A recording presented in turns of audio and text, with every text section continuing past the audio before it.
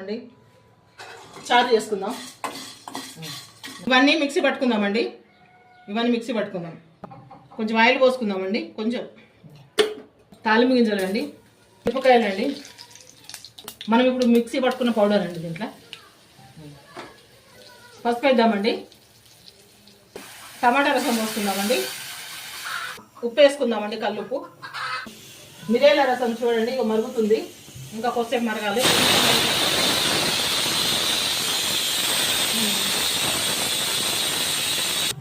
కొంచెం కొత్తిమీర వేసుకుందామండి.